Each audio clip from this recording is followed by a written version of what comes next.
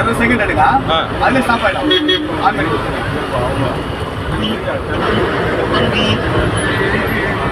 என்ன அப்படியே மாற்றி மாற்றி இருக்கு. அது ஒரு டைலாக் ஒன்று போடணும். அதான் 60 செகண்ட். Okay okay.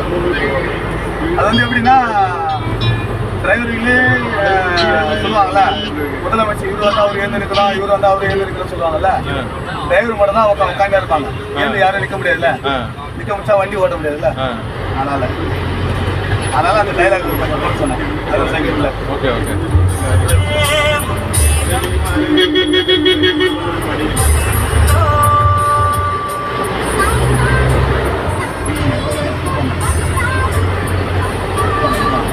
ஆச்சுன்னா போதும். ஓகே வண்டி ஓகே.